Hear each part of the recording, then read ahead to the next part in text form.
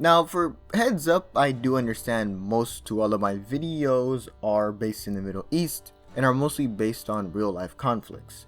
In this case, I'll be breaking both of those norms. Why, you may ask? Well, recently I've been playing Arma 2 and I'm in a tad bit of a nostalgia run, so I'm going to just make a video on the Civil War there. So I present to you guys the Chernarussian Civil War. But before we get into the Civil War plot, we first need to go get background information. The history of the Chernarussian people in the Green Sea region would go all the way back to the 5th century, where many nomadic people would move into the Green Sea region and would begin to establish their own kingdoms. It's that as time went on, Slavic people would also be placed in the region. Now the Slavs and Chernarussian dukes, kings, dynasties, and whatever terms people used, would find themselves fighting off raiders and pirates from the south, causing the Chernarussians to align themselves with the biggest Slav in the region, the Principality of Moscow, and later on the Russian Empire, where Chernarus was later on absorbed willingly into the Russian Empire. Now if you didn't know, the Russian Empire would suffer from a pretty incompetent leader, a world war, and a civil war, and in the end, the Communist Red Army would take over the Russian Empire, forming the Soviet Union. And just like with many places that were forced to join the Russian Empire, the USSR would turn these little places into autonomous federal republics. Chernarus was no different. Now seeing how we have enough World War II history channels on, I'm gonna skip over World War II, but after World War II, Chernarus would become a training ground for Soviet paratroopers, and during Soviet rule, the Chernarussian industry would improve and would begin to gain that classic Soviet aesthetic that we all know and love today, as Chernarus was forced from being a rural area into a more urbanized district. And that's how Chernarus was, until the fall of the Soviet Union, where Chernarus would declare independence. Now many of the Chernarussians within Chernarus would support independence from Russia, but many Russians within Chernarus would have many grievances with the independence of Chernarus. Within the coming years, many Russians would find themselves at odds with the Chernarussian dominated government, and simply after 6 years of independence in 1997, you would see the formation of the Working Man Defense Alliance. The alliance was made by a Russian, and most likely was Russian dominated. This alliance would find themselves coming into conflict with the government over workers' rights and wages. After a series of protests or revolts or whatever people would want to call them, protesters would be killed, and the working union and the Chernarussian government would have more deadly clashes between each other. Due to these clashes and the death of these protesters, the Worker Man Defense Alliance would be forced to dissolve. The creator of the Working Man Defense Alliance, Andrei Lupatev, would then form the Chernarussian movement of the Red Star, also known by the locals as ChDZK, within the same year, 1997. Now the ChDZK movement is a communist movement which aims to reunite with Russia, which is kinda weird because Russia isn't known for being a communist state. In my opinion, and this is not lore, this is my theory on them, the ChDZKs really aren't communists, but they look back at the days of the USSR as a place of pride for Slavs, specifically the Russians. Now whatever theory I have on their theory, many of the grievances against Chernarussian independence and where most of the Russians lived were concentrated in South Zagoria. During this time, South Zagoria would become a conflict zone between nationalistic Chernarussian militias and the ChDZK and ChDZK supported Soyuz.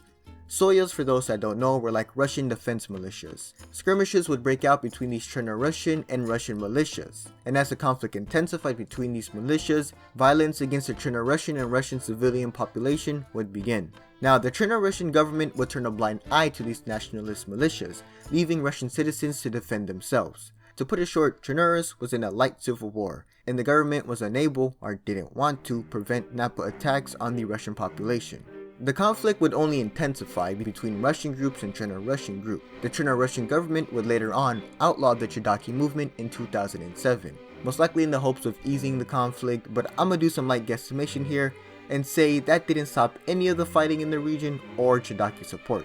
If anything, many Russians within the country would feel that by banning the ChDZK movement, the government was basically barring Russians from the government. In 2009, the ChDZK movement would lead an anti-government uprising that failed terribly. But in 2009, the ChDZK movement would be given a second chance, when renegade Spetsnaz commander Kralin would begin to supply ChDZK forces with weaponry and training, where he would help build up the ChDZK forces and, to be honest, make them an effective fighting force. By September 2009, the ChDZK movement was ready. ChDZK gunmen would attack the Chernarussian Prime Minister and later on execute him on live TV.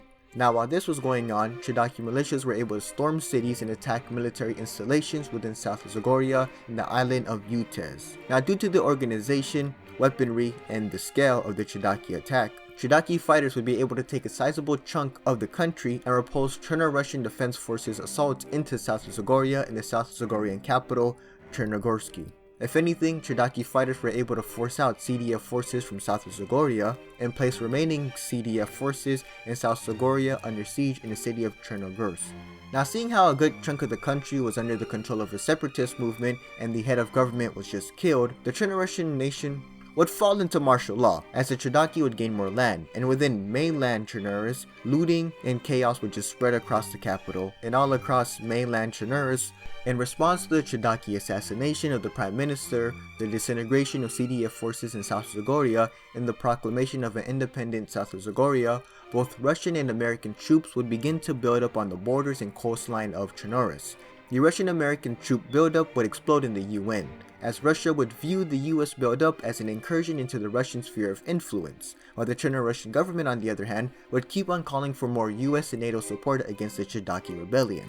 American support would come in the help of Operation Red Harvest. Now to oversimplify Operation Red Harvest, cause let's be honest, who actually plays the campaigns in Arma? US forces would be able to retake the island of Utez and would lead a naval invasion into South Zagoria. Now no surprise here, US support would greatly help CDF forces in South Zagoria, where US and CDF forces were able to retake Chernarus. Now with the CDF and US military gains, they would begin to discover mass graves and other war crimes committed by the ChDZKs against the CDF and Chernarussian population. This would only drive more violence against Russian and Chernarussian civilians. But with US support, Chernarussian troops would begin to pour into the South Zagorian region. Now, as the CDF and US would advance deeper and deeper into South Zagoria, conventional ChDZK forces would begin to disintegrate against one of the world's strongest powers, and an insurgency reminiscent of the initial stages of the conflict would begin against the CDF and US forces in the forests of South Zagoria. With this new breathing room, the Chernarussian government would begin to enact order within Chernarus and would begin to work on setting up an interim government. At the same time as South Zagoria,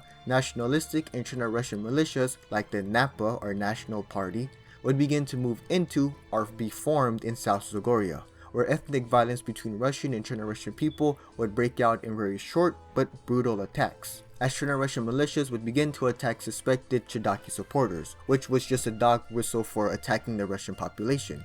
Russian militias and the ChDZK movement would also do the same, but to Chernarussian civilians. NAPA and ChDZK raids against the civilian population would only drive the civilian population to join NAPA or ChDZK forces. As the insurgency went on, the South Zagorian conflict would spill into Russia, with the Red Square bombing in Moscow. The Red Square in Moscow would be bombed if you couldn't get it from the name. Now the initial reports and speculation of the bombers were placed on the Chernarussian nationalistic NAPA party, but it later turned out that the bombing was committed by the ChDZK movement in the hopes of framing the NAPA party and driving Russian intervention into South Zagoria. But at the time, no one knew, unless if you're like the player, but the speculations of the bombing being committed by the NAPA party would help nobody, and in a matter of hours after the bombing, the US intervention in South Zagoria would pull out, as Russian soldiers would begin to move in, where tiny border disputes would happen between US and Russian forces, which is the official story, but since it's a video game and I'm not throwing out conspiracy theories, I could say that. Because the real story was, skirmishes between US and Russian forces weren't accidental. With the introduction of Russian troops, NAPA attacks and US black operations would begin against, the Russian troops and ChDZK troops within the South Zagoria region. Even before the official US pullout, during the late stages of US withdrawal, Russian Spetsnaz units would attack any leftover US forces before the official withdrawal time. During this time, Russian Spetsnaz units would also begin to look for insurgents wearing US Marine uniforms, which is a great dog whistle for them saying they're looking for US personnel, as they were fair and open game. Now of course this didn't stop US operations, and the CDF would actually begin to plan their own counterattack into South Zagoria. Now for those that don't know, this game has like over 1 billion endings, and we're reaching the part where the player choice matters. But in this video, it doesn't. I'll be using the good ending and the most likely canon ending to the game, so if you like screwed up the game or some crap, you're out of luck. Now, big surprise here, one US Marine unit left in South Zagoria, which is the player's unit, big surprise, would find themselves pretty deep in Russian peacekeeping territory, and they would have to find their way of retreating back to CDF lines without being captured by Russian or being killed by Spetsnaz troops, along with your typical ChDZK patrols. This would all go kinda sideways when this unit would have to meet up with Napa fighters and do some weird like Spec Ops US Marine operation type stuff. But lucky for this Marine unit, Napa fighters really didn't mind help from the US government. This US unit would later on make their way back to CDF lines, where they found out that the CDF was planning a counteroffensive into South Zagoria to retake the region from ChDZK fighters and Russian peacekeepers. From here, this US Marine unit and CDF forces would move into South Zagoria, attacking ChDZK held territory. I don't think they shot at any Russians, so it's just a very awkward Cuban Missile type crisis at the moment. Following the capture of these territories from the ChDZK movement, the US Marine unit, Team Razor, would begin to work on forming an alliance between CDF and Napa forces, as they were both fighting the same foe, the ChDZKs. The biggest problem in forming an alliance between the CDF and Napa were Napa's attack on the Russian civilian population, as the CDF and the Chernarussian government didn't want to align themselves within an extremist group that was attacking citizens within Chernarus. Luckily for everyone involved, excluding the ChDZKs, the nationalistic Napa group would see internal divisions over its attack on the Russian civilian population, as not everyone within Napa likes shooting at civilians, but some of them really love committing genocide. This internal division and power struggle would greatly be exploited by the US Marine unit, where the current and extremist leader of Napa would stop leading the group after a suspicious series of events committed by a Marine unit. That is probably a war crime somewhere. Following the suspicious death of the Napa extremist leader, a more moderate Napa fighter would take control of the group, and would begin to work on halting attacks upon the Russian civilian population. Due to this, the CDF and the Chernarussian government would form an alliance with the Napa, where together they would fight against ChDZK forces. As the Chernarussian counteroffensive went deeper into South Zagoria, the UN would approve US forces re-entering South Zagoria, due to the war crimes committed by the ChDZKs last time, and no one wants to see the ChDZKs do any more war crimes, and the UN is actually doing something within a video game, and that's pretty cool. But even with the approval of US troops into South Zagoria and a Chernarussian offensive into ChDZK territory, Russian troops would also begin to build up on the border of Chernarus, as the counteroffensive into South Zagoria was beginning to push its way into a shooting war between Russian forces. Like I said, this was like a Cuban Missile crisis without boats and a lot more shooting and explosions. Even with the buildup of Russian troops on the border, counteroffensive into South Zagoria, and American troops preparing to re-enter South Zagoria, ChDZK leader Andrei Lupatev would be captured by US Marine unit Team Razor, where the team would then trade Andrei Lupatev to the Russian authorities, along with information showing that the ChDZK movement was behind the Red Square bombing and not Napa. In return for handing over Lupatev and information about the Red Square bombing, Russian forces would pull out of South Zagoria, and they would also take Napa off the Russian terrorism list, which I'm sure has led to a lot of conspiracy theories within the Arma 2 universe. Now remember that renegade Spetsnaz commander Kralin? Well, shocker here, he would have very strong opinions on this matter and would try to kill the Russian general in charge of the South Zagorian region at the time. Kralin, assassination attempt, would fail, and all blame for the start of this conflict was placed on Kralin, while all blame for the Moscow bombing and Russian intervention into South Zagoria was placed on Lupatev, thus ending the Chernarussian civil war with a happy ending, which is very weird for me because I'm used to depressing endings.